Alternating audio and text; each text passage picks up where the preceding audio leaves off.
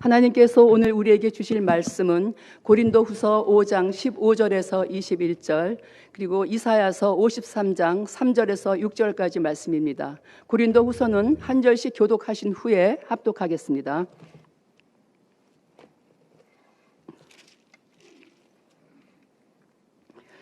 그러므로 우리가 이제부터는 어떤 사람도 육신을 따라 알지 아니하노라. 비록 우리가 그리스도도 육신을 따라 알았으나 이제부터는 그같이 알지 아니하노라. 16절, 그런즉 누구든지 그리스도 예수 안에 있으면 새로운 피조물이라. 이전 것은 지나갔으니 보라 새 것이 되었도다.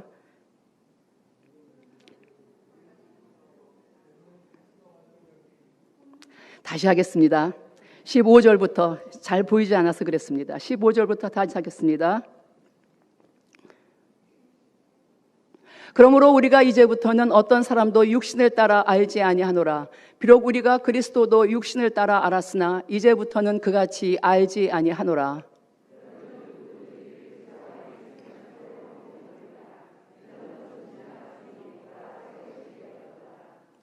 모든 것이 하나님께로서 났으며 그가 그리스도로 말미암아 우리를 자기와 화목하게 하시고 또 우리에게 화목하게 하는 직분을 주셨으니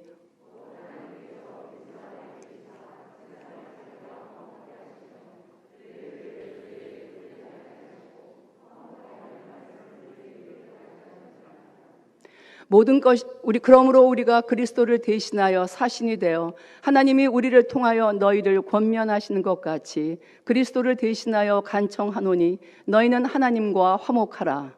하나님이 죄를 알지도 못하신 이를 우리를 대신하여 죄를 삼으신 것은 우리로 하여금 그 안에서 하나님의 의가 되게 하려 하심이라.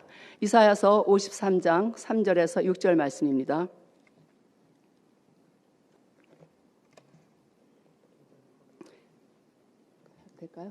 예, 이제 말씀을 전하실 최수호 목사님은 서울신학대학교를 졸업하시고 인평교회를 담임하고 계십니다. 이제 나오실 때에 대신하였으니 대신해야 합니다라는 말씀으로 오늘 전해주시겠습니다.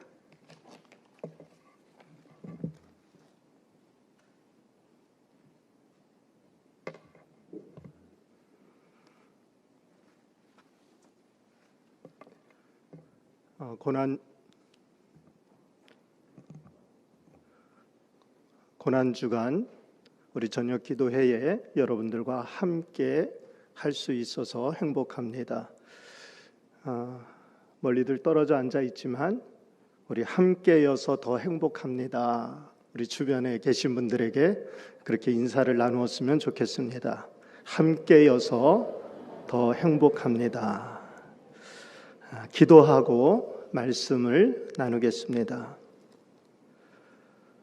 좋으신 하나님 아버지, 고난주간을 맞아 저녁 기도회를 통해 하나님께서 우리를 위해 행하신 놀라운 일들을 묵상하며 찬양케 하심을 감사드립니다.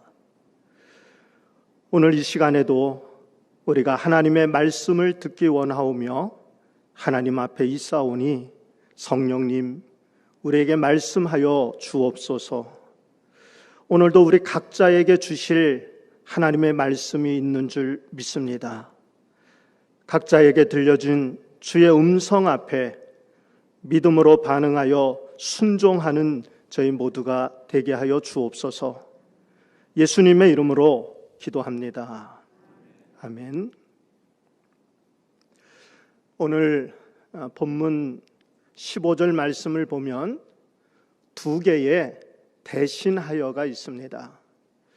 예수님께서 우리를 대신하여 죽으셨기에 이제 우리가 그리스도를 대신하여야 합니다.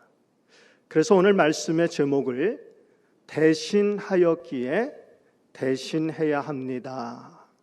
이렇게 정했습니다. 한번 따라서 하겠습니다. 대신하였기에 대신해야 합니다. 먼저 오늘 본문의 배경을 살펴보겠습니다. 고린도 교회 안에는 바울의 적대자들이 적지 않게 포진되어 있었습니다. 그들은 바울의 사도적 권위를 흔들며 바울에게 도전했습니다. 이로 인해서 바울은 상당한 곤란을 당했습니다. 바울을 그렇게 곤란하게 한 것은 바로 추천서 때문입니다. 추천서가 없었던, 그래서 상대적으로 불리할 수밖에 없었던 바울은 자신의 사도권을 방어하기 위해서 아주 중요한 메시지를 오늘 본문에 남겼습니다. 그것은 바로 하나님께서 바울이 누구인지를 신분 보장해주고 있다는 사실입니다. 그러면서 바울은 14절 전반부에서 정말 중요한 내용을 담아 고린도 교회 안에 있는 자신의 지지자들, 또 자신을 반대하는 자들 모두를 향하여 선언합니다. 그리스도의 사랑이 우리를 강권하시는도다. 그리스도의 사랑이 우리를 강권하시는도다. 무슨 말입니까? 내가 너희를 사랑하는 이유는 그리스도의 사랑이 그렇게 만들었기 때문이다. 그런데 그 사랑의 방법을 설명하는 데 있어서 아주 주목할 만한 단어를 사용합니다. 그것이 바로 강권하다입니다. 강권하다. 강권하다의 헬라어는 슈네코입니다. 이 슈네코는 소몰이를 하다는 의미입니다. 농부가 소를 몰고 갈 때에 압박하는 행위가 바로 슈네코입니다. 이 압박으로 인해서 소는 겁을 먹게 되지만 결국 농부들이 원하는 안전한 장소에 도착하게 됩니다. 바울은 예수 그리스도께서 주신 그 강력했던 그리고 압도하시는 사랑 때문에 고린도 교회의 지체들을 도무지 포기할 수 없다 말합니다. 적대적인 고린도 교회의 지체들을 보면 바울도 인간인지라 포기하고 싶을 때가 있었을 것입니다. 그렇지만 주님의 압도하시고 주님의 강력한 그 사랑 때문에 그렇게 할 수 없었다는 것입니다. 그렇다면 바울이 포기하고 싶어도 포기할 수 없도록 만든 그 강력하며 압도하는 사랑의 정체가 무엇입니까? 14절 후반부에 그 답이 아주 선명하게 기록되어 있습니다. 우리가 생각하건대 한 사람이 모든 사람을 대신하여 죽었은즉 모든 사람이 죽은 것이라. 사랑의 핵심은 한 사람이 모든 사람을 대신하여 죽은 것입니다. 그리스도 예수의 십자가 사랑입니다. 그분이 우리를 위해 죽으신 대속적인 사랑입니다. 그분이 왜 우리를 위해 죽으셨습니까? 바로 우리의 죄 때문입니다.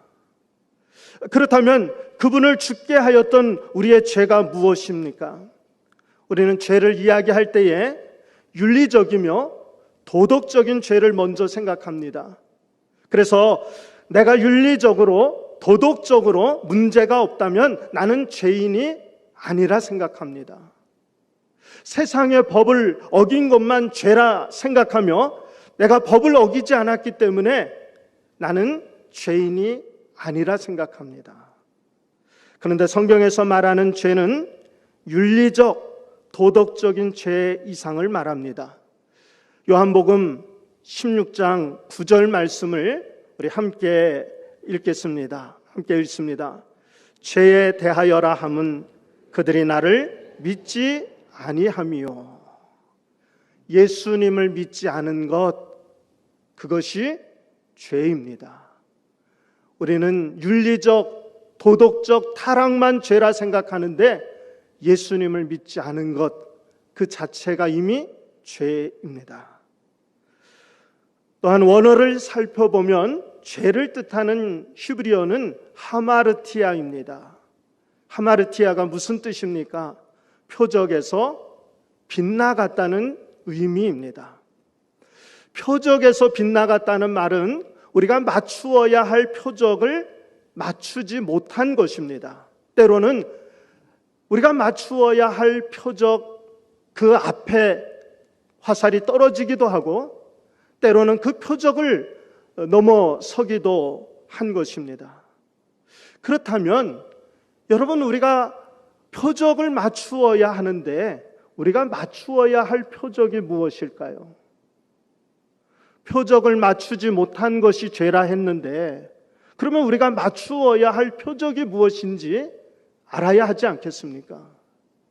우리가 맞추어야 할 표적은 바로 하나님의 영광입니다.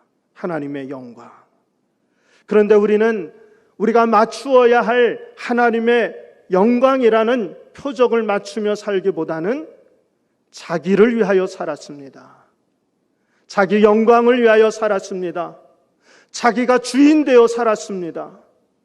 이렇게 자기를 위하여 사는 일이 바로 죄입니다. 여러분, 우리가 공부를 하는데 공부도 자기를 위하여 한다면 죄입니다. 사업들 많이 하시죠? 우리가 사업을 하는 것도 자기를 위하여 한다면 그것도 죄입니다. 세상에 먹고 사는 일만 아닙니다. 교회 봉사하는 일도 자기를 위하여 한다면 그것도 죄입니다. 목회도 마찬가지입니다. 작은 교회든 큰 교회든 목회를 하면서 그 목회가 자기를 위한 목회라면 그가 아무리 목회를 크게 한다고 할지라도 몇만 명이 모이는 그러한 목회를 한다고 할지라도 그것이 하나님의 영광을 위하여 아니라 자기를 위한 것이라면 그것도 죄입니다. 교회를 개척하는 일 귀합니다. 큰 교회를 건축하는 일 귀합니다. 그런데 그것도 하나님의 영광이 아니라 자기를 위한다면 그것도 역시 죄입니다. 여러분들이 지금까지 사랑의 교회 갱신 공동체로 모여서 해온 일들, 그것이 훌륭한 일들이라 할지라도 그것이 처음에는 하나님의 영광 때문이었는데 시간을 지나면서 그 하나님의 영광이라는 표적을 잃었다면 여러분, 그것도 미안하지만 죄입니다. 우리는 자기 의로는 결코 살 수 없습니다. 그래서 오늘 본문 21절 말씀을 보면 하나님이 죄를 알지도 못하신 이를 우리를 대신하여 죄로 삼으신 것은 우리로 하여금 그 안에서 하나님의 의가 되게 하려 하심이라 말씀합니다. 결국 예수님의 죽으심은 이러한 내 허물과 내 죄악 때문입니다. 이사야서 53장 5절 6절을 함께 읽겠습니다. 그가 찔림은 우리의 허물 때문이요 그가 상함은 우리의 죄악 때문이라. 그가 징계를 받음으로 우리는 평화를 누리고 그가 채찍에 맞음으로 우리는 나음을 받았도다. 우리는 다 양 같아서 그릇 행하여 각기 제 길로 갔거늘 여호와께서는 우리 모두의 죄악을 그에게 담당시키셨도다. 이 말씀을 자세히 살펴보면 많이 등장하는 단어가 있습니다. 우리라는 단어입니다. 우리라는 단어가 5절, 6절, 2절에 6번이나 기록되어 있습니다. 우리가 누구입니까? 바로 이 자리에 있는 저와 여러분을 말하고 있습니다. 우리 주님은 바로 저를 위해서 그리고 여러분을 위해서 그 엄청난 고난을 겪으셨습니다. 다른 사람이 아닌 나를 위해서 고난의 십자가를 지셨습니다. 우리 주님의 십자가는 남을 위한 것이 아니라 바로 나를 위한 것이었습니다. 여러분, 인류가 가진 보편적인 죄가 무엇입니까? 모든 사람이 은행 강도를 하는 것 아니고요. 모든 사람이 간음이나 도둑질을 하지 않습니다. 우리가 범하지 않는 죄들이 많이 있습니다. 그런데 우리가 그러한 죄는 짓지 않을지 모르지만 우리 모두가 하는 행동이 있습니다. 그것이 바로 우리 모두가 각기 제 길로 갔다는 것입니다. 각기 제 길로 갔거늘. 이 말을 한 단어로 표현하면 반역입니다. 반역은 인류의 보편적인 죄입니다. 어느 민족이나 어느 인종이나 우리 모두 하나님을 반역했습니다. 이 반역의 히브리어는 아본인데 이 아본이 가지고 있는 의미는 죄뿐만 아니라 죄의 모든 악한 결과를 의미하기도 합니다.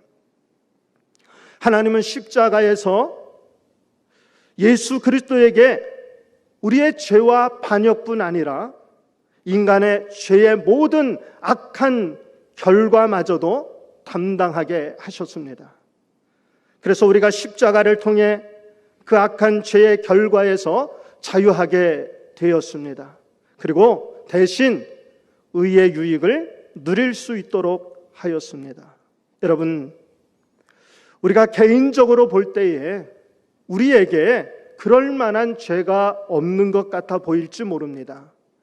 그러나 그것은 우리의 생각입니다. 하나님이 보시는 관점에서는 우리의 죄와 허물은 영원히 심판을 받을 수밖에 없는 것이었습니다. 오죽하면 예수님이 십자가에 죽으셨겠습니까? 그러니까 예수님의 십자가는 나의 죄가, 우리의 죄가 그 정도로 극악한 죄라는 것을 의미합니다. 또한 예수님의 죽으심은 우리를 회복시키기 위한 대속의 죽음이었습니다. 왜 우리 주님이 도수장으로 끌려가는 양같이 로마 군병들에게 끌려가 처참하게 십자가에 매달려 죽으셔야 했습니까? 얼마든지 저항할 수 있었습니다. 예수님의 말씀 한마디면 그 군병들을 모두 소경으로 만들 수 있었습니다. 그런데 예수님은 그렇게 하지 않고 끌려가십니다. 왜 그렇게 하셨는가? 여기엔 두 가지 이유가 있습니다. 첫째는 바로 언약 때문입니다.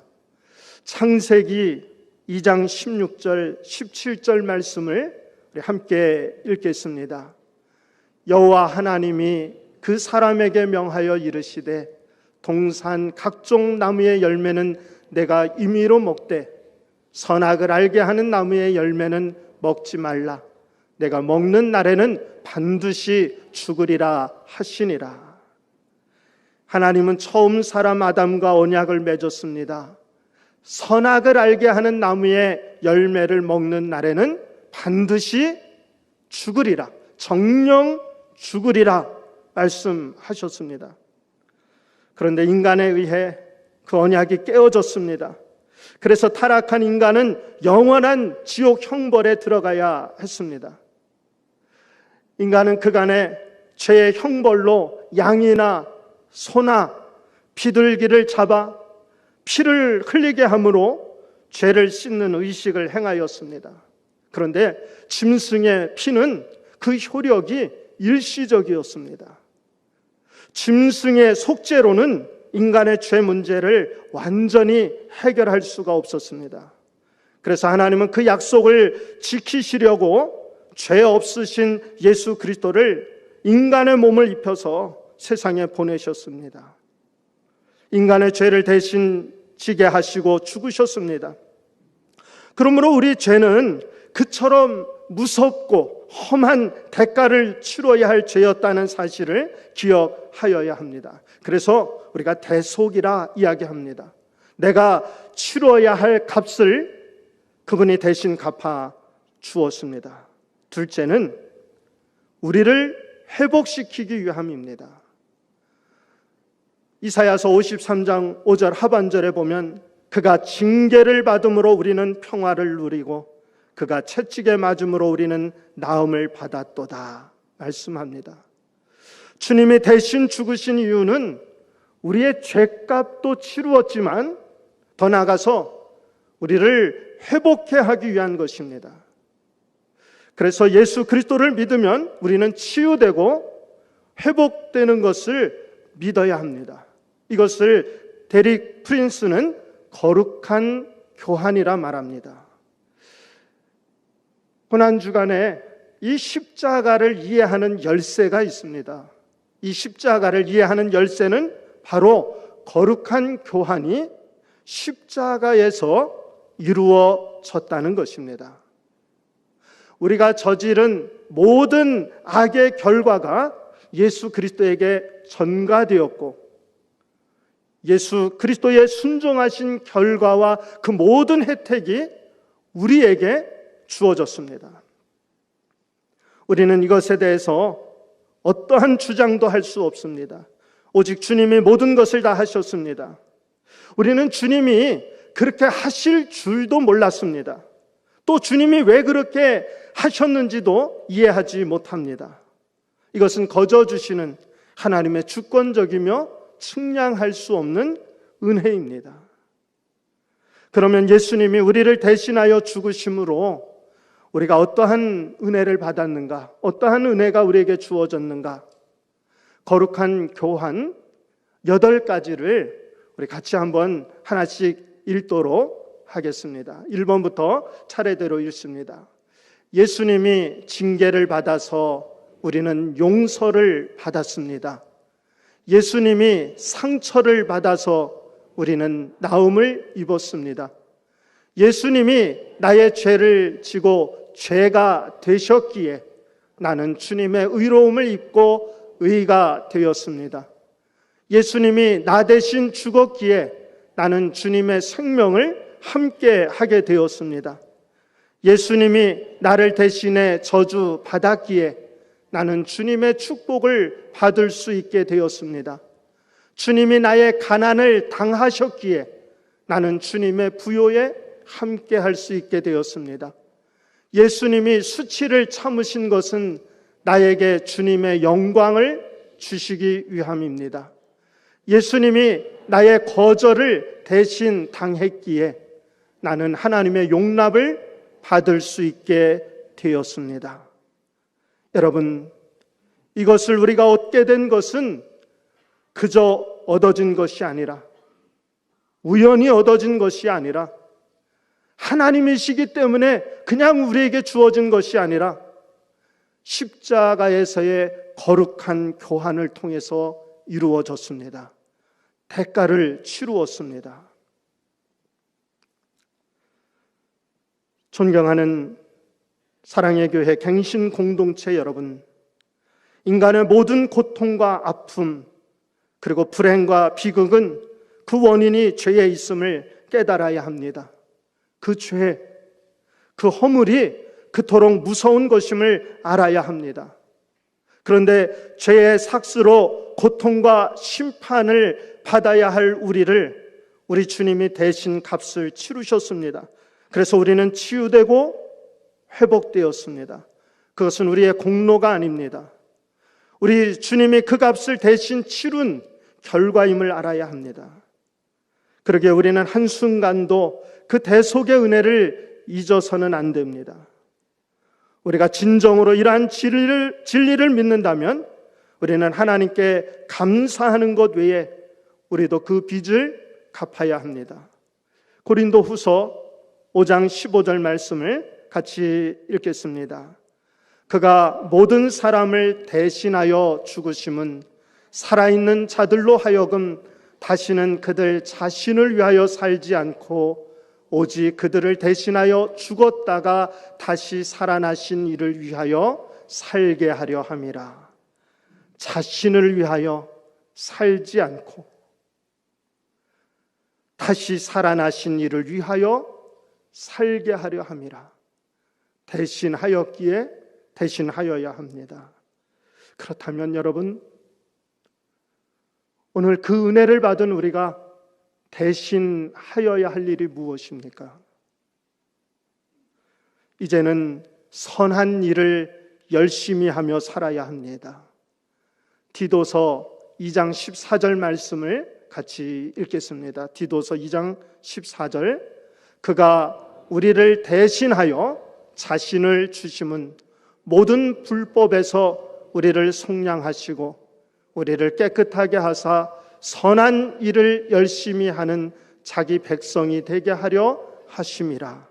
선한 일을 열심히 하는 자기 백성이 되게 하기 위해서 우리 주님께서 우리를 대신하여 주셨습니다.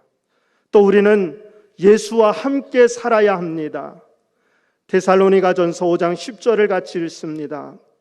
예수께서 우리를 위하여 죽으사 우리로 하여금 깨어 있든지 자든지 자기와 함께 살게 하려 하셨느니라. 자기와 함께 살게 하려, 예수 그리스도와 함께 살게 하기 위하여 우리를 대신하여 죽으셨습니다. 무엇보다도 우리가 대신해야 할 일이 무엇인가? 우리는 화목하게 하는 말씀을 전해야 합니다. 화목하게 하는 직분을 감당해야 됩니다. 오늘 본문인 19절 말씀을 우리가 함께 읽겠습니다. 곧 하나님께서 그리스도 안에 계시사 세상을 자기와 화목하게 하시며 그들의 죄를 그들에게 돌리지 아니하시고 화목하게 하는 말씀을 우리에게 부탁하셨느니라. 여러분, 우리가 받은 하나님의 말씀은 화목하게 하는 말씀입니다. 화목하게 하는 말씀. 그래서 우리가 해야 할 일은 이 화목하게 하는 말씀을 전하는 일입니다. 그리고 그 앞절인 18절 하반부에 보면 하나님께서 우리에게 화목해 하는 직분을 주셨다 말씀합니다. 그러기에 이제 우리는 불화케 하는 자가 아니라 화목해 하는 자가 되어야 됩니다. 여기서 우리는 우리 자신을 한번 돌아보면 좋겠습니다. 요한계시록 2장 4절 말씀은 우리가 잘 아는 말씀입니다. 에베소 교회를 향한 책망의 말씀이 기록되어 있습니다. 그러나 너를 책망할 것이 있나니 너의 처음 사랑을 버렸느니라.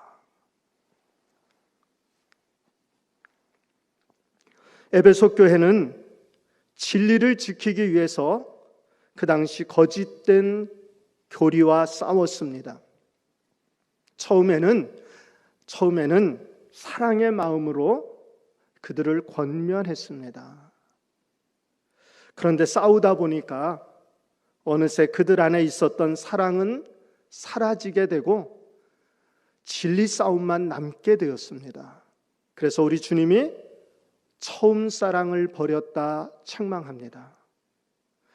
진리를 지키는 일도 중요하지만 사랑이 중요함을 말씀합니다. 사랑의 교회, 갱신 공동체 여러분, 그동안 여러분들이 가진 그 신앙의 양심을 지키기 위해서 여러분 얼마나 애를 써오셨습니까? 어쩌면 여러분들이 그것을 포기했다면 더 편하게 신앙생활을 할 수도 있었을 것입니다. 여러분들이 그것을 포기했다면 사람들에게 인정받고 더 대접받으면서 신앙생활을 할 수 있었을 것입니다. 그런데 여러분들이 그것을 신앙의 양심을 포기하지 아니하고 사랑의 교회를 새롭게 하기 위해서 여러분 마당에서 비를 맞으며 눈을 맞으며 때로는 그동안 같이 순모임하던 사람들에게 배척을 받으며 얼마나 눈물을 흘리며 여러분 이 자리를 지키셨습니까? 사랑의 교회뿐만이 아니라 갱신 공동체로서 한국교회의 갱신을 위해서 여러분 얼마나 몸부림쳐 왔습니까? 그리고 지금도 얼마나 노력하고 계십니까? 그런 면에서 여러분들을 존경합니다. 그런데 에베소 교회처럼 어느새 우리 안에 사랑은 사라지고 싸움만 남고 명분만 남은 것은 아닌지요.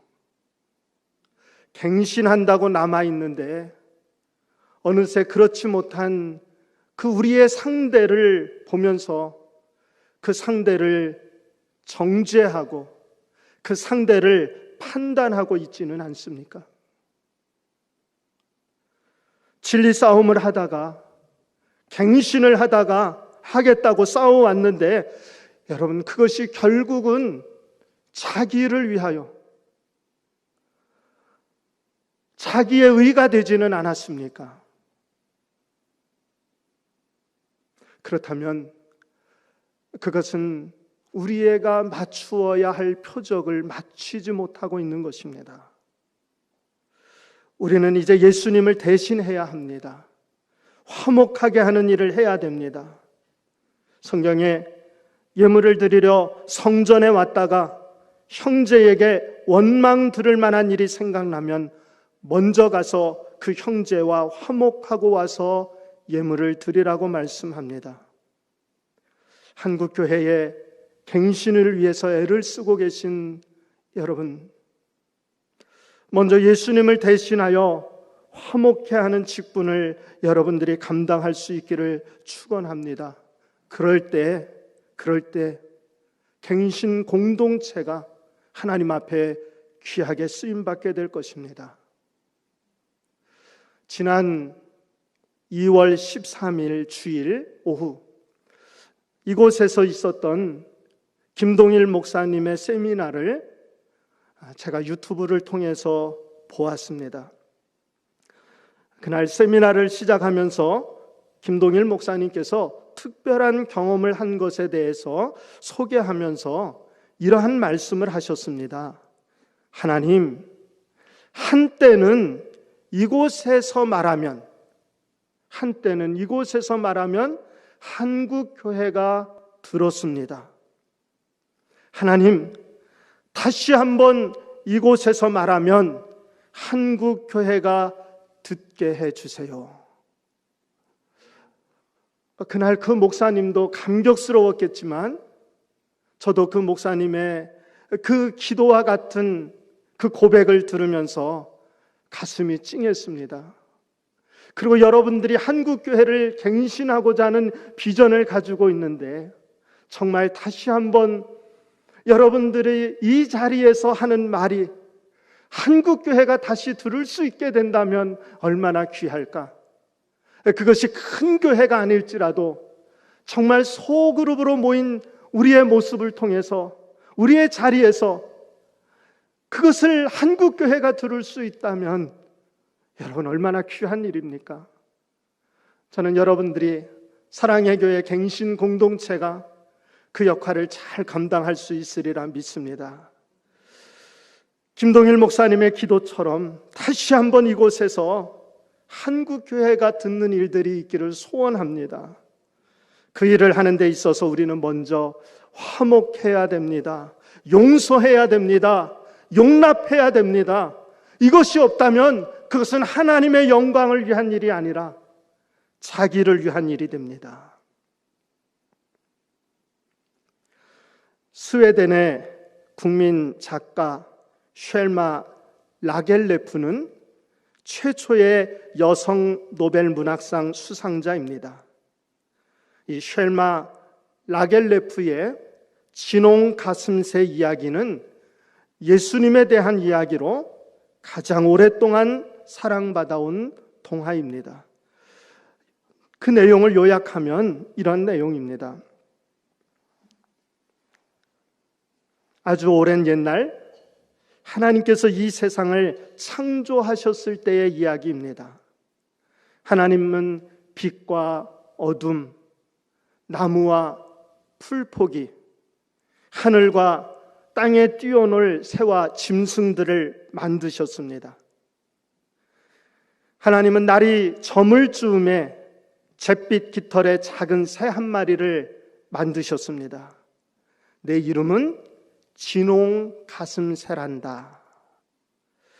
그러나 작은 새는 시냇가에서 자기의 모습을 비추어 보았지만 아무리 봐도 빨간 깃털은 하나도 보이지 않았습니다. 저는 온통 잿빛뿐인데 왜 제 이름이 진홍 가슴새인가요? 하나님께서 실수였다고 말씀해 주기를 바랬지만 하나님은 인자하게 웃으며 말씀하십니다. 내가 너를 진홍 가슴새로 불렀으니 너는 진홍 가슴새가 된 거란다. 하지만 내 마음가짐으로 너는 빨간 깃털을 받게 될 수도 있단다. 그리고 오랜 세월이 흘렀습니다. 진홍 가슴새의 둥지 근처 언덕에 십자가가 세워졌고 그곳에 어떤 사람이 매달렸습니다. 그 사람의 이마에 가시관이 쓰여져 있는데 가시마다 검붉은 피가 솟아나고 있었습니다. 멀리서 지켜보던 진홍 가슴새는 그 사람이 불쌍하게 여겨졌습니다. 십자가 주변을 맴돌던 겁이 많은 작은 새는 용기를 냈습니다. 나는 비록 약하고 힘이 없는 작은 새이지만 엄청난 아픔을 당하는 저분을 위해 분명히 내가 뭔가 할 수 있는 일이 있을 거야. 진홍 가슴새는 그분의 이마에 박힌 수많은 가시 중에 하나를 자신의 부리로 뽑았습니다. 그때 피 한 방울이 작은 새의 가슴에 뿌려졌습니다. 뿌려진 피는 잿빛 작은 새의 짧고 부드러운 깃털을 빨갛게 물들였습니다. 작은 새는 지칠 때까지 그 가시들을 뽑다가 자신의 둥지로 돌아왔습니다. 왜냐하면 그 사람이 결국 숨을 거두고 말았기 때문입니다. 그런데 이상하게도 잿빛 작은 새에 묻은 붉은 피는 도무지 깨끗이 지워지지 않았습니다. 이날 이후 지금까지 진홍 가슴새의 가슴에는 빨간 깃털이 아름답게 빛나고 있습니다. 존경하는 갱신 공동체 여러분, 진홍 가슴새 이야기 중에 나는 비록 약하고 힘이 없는 작은 새이지만 엄청난 아픔을 당하는 저분을 위해 내가 분명히 뭔가 할 수 있는 일이 있을 거야. 이 내용이 이번 고난주간에 그리고 여러분들이 비전을 품고 있는 한국교회의 갱신을 위해서 나를 대신하여 죽으신 예수님을 대신하여 내가 할 일이 있음을 분명하게 알게 해줍니다. 대신하였기에 이제 대신해야 합니다. 기도하겠습니다. 하나님 아버지, 다시 맞는 고난주간에 나를 대신하여 십자가에서 죽으신 예수님을 생각합니다. 지금까지 우리가 맞추어야 할 표적인 하나님의 영광을 위하여 살지 못하고 자기를 위해 살아왔던 우리의 악한 모습을 이 시간 주님 앞에 내어놓습니다. 그 죄를 위하여 예수님께서 우리를 대신하여 십자가에서 죽으셨기에 이제 우리가 살 수 있게 되었습니다. 이제는 나를 위한 삶이 아니라 나를 대신하여 죽으신 예수님을 위한 삶을 살게 하옵소서. 무엇보다도 하나님과 우리 사이에 그리고 사람들과의 관계 속에서 우리로 화목케 하는 직책을 주셨사오니 우리가 주님을 대신하여 화목케 하는 자로 사는 저희 모두가 되게 하여 주옵소서. 예수님의 이름으로 기도합니다. 아멘.